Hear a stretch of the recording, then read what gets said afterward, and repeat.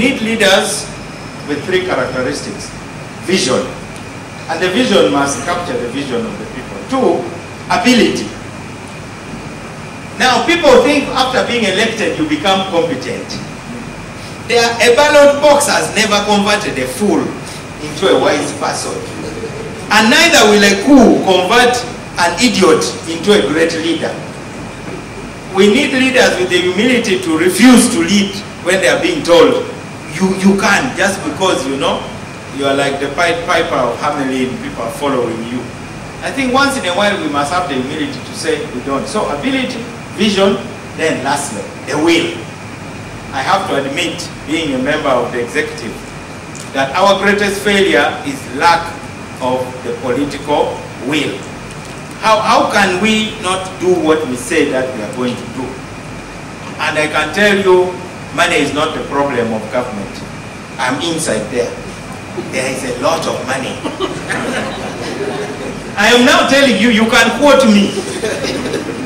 As I talk now, there are hundreds of millions of dollars sitting there for projects to serve Ugandans who are suffering.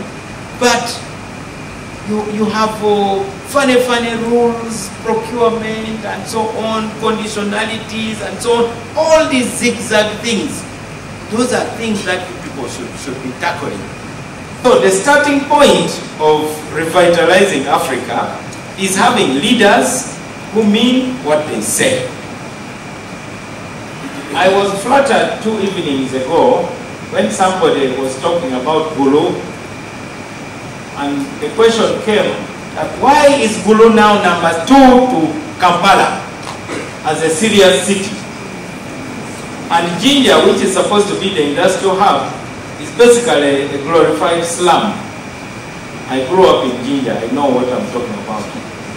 As for Masaka, because of the bypass of the traffic, very few even people know what Masaka looks like, because people just pass through unless you are going there. Liantonde. So then I was flattered when somebody said, the answer is that man seated there. He pointed at me. He said, well, I may not be 100% responsible, but I took a stand, which is what we are supposed to do. There are things we did, like bypassing the bureaucrats of Kampala who procure city planners for 1 year, pay them hundreds of thousands of dollars, and you don't see the head and tail of the plan. You know that Kampala has a master plan. It's called the Greater Kampala Metropolitan something. But I don't think that you have ever attended a meeting, and you are really the cream here. Have you ever attended a meeting to discuss the Kampala master plan? Why I'm called Chairman Mao is because I did certain things differently. One day the British Minister for International Development arrived. I sat there with my poor cow, 2 of us. The British Minister had an army of 12 people. Conflict advisor, land advisor, economic strategy advisor, environmental advisor, that now we are talking. Was that really a serious conversation? Look at the power, the imbalance of power. And that is what you have. You have seen the president's picture. The sheikhs are there, lined from here up to that wall. Our jet-lagged delegation is there. What sort of conversation do you expect? So I asked, in my usual style and recklessness, I said, Minister, this is very unfair. We can't have any serious conversation. Look at your army and look at my army. Army of 2 versus 13. Why don't you pay for a technical advisor for the office of the chairman in Gulu to assist me? Every once in a while, 400-page documents are thrown at LC5 chairman. They don't even read them. They don't have the time or even the capacity. They read the executive summary, get a vague idea. Even our parliamentarians, documents are thrown at them. The cabinet, of course, ministers, we have people to support us. I have very intelligent, highly educated people. Even if I wanted to know what the Constitution of Tuvalu says about wildlife. I only need to make a call and say, in 10 minutes, I want to know what the Constitution of Tuvalu says about wildlife protection. And there's somebody there paid to tell the minister. So there's imbalance between the executive and the parliament. In Germany, an MP has a strong body of support to improve that balance of power. It helps. So they eventually interviewed somebody. I got somebody from Oxford who came and became technical advisor, office of the chairman. And that improved the quality of our engagement, even with the central government.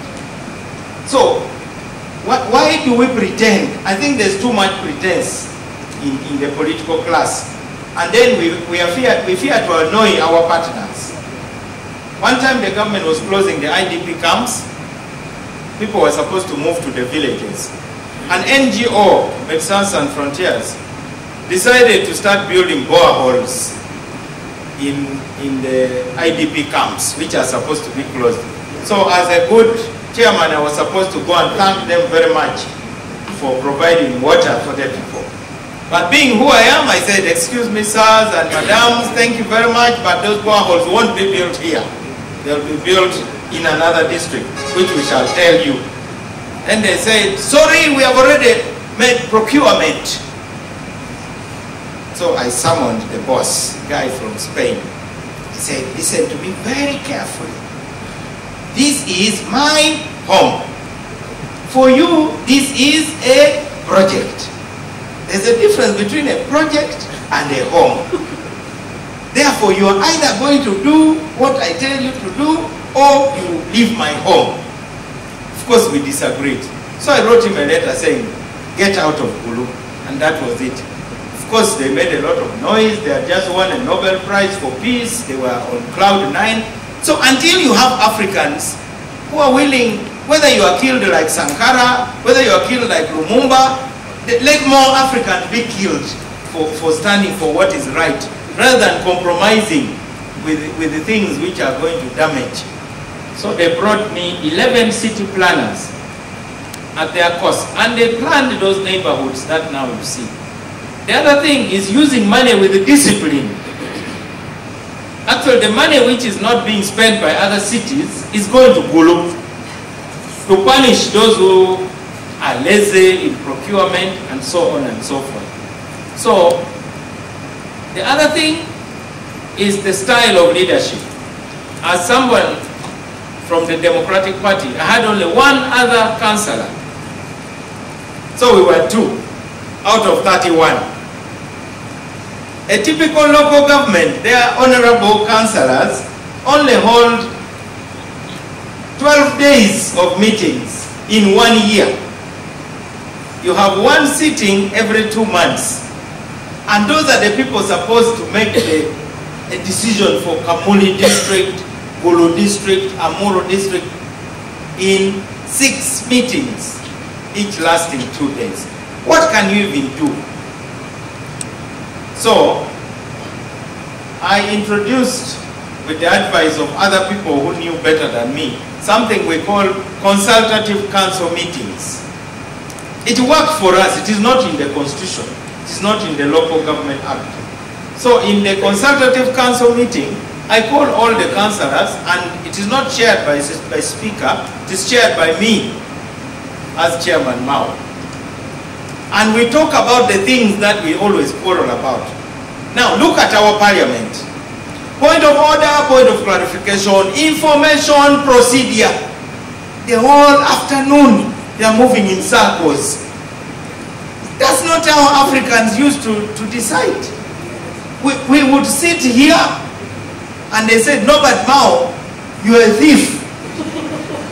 And so-and-so told us. Then so-and-so, you stand up and talk about why Mao is a thief. Yes, my chicken, my goat, my what? And then I'm unanimously denounced. But we have come with these rules of ours. The same applies to the judiciary for us lawyers. The most ridiculous scene is seen in the movie The Gods Must Be Crazy. A man goes and hunts an antelope, kills it. For him, that's his way of life. He has got food for his family. But unaware, he's not aware that it is a game reserve. So now that is a crime of poaching. You know, looking for food for your family now has a new name. And actually it was done sustainably. The animals were never finished. So he's arrested, he's taken to court. A man in a wig starts asking silly questions. People are whispering to each other in a strange language. Then they ask him, you have something to say?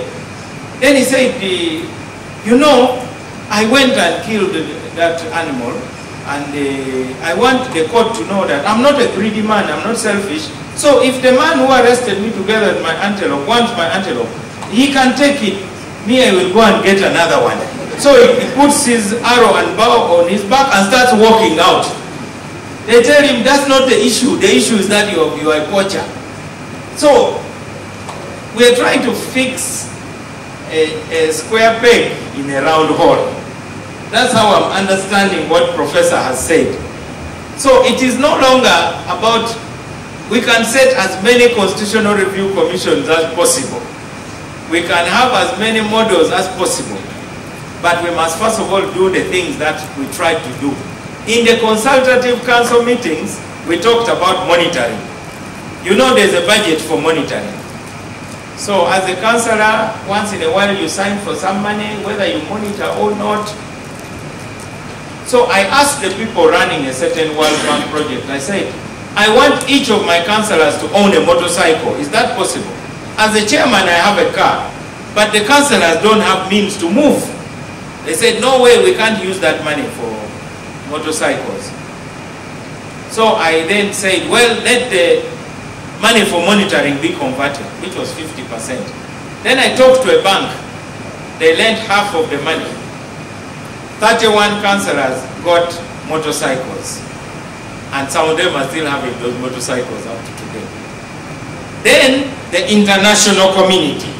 I think also we don't talk straight to the international community. Somehow when I'm facing, let's say Anna is from the German government, I try to tell her what I think she wants to hear. So I flatter her, I say this, you know, this and that. In the end, you take nice photos. Africa does not change.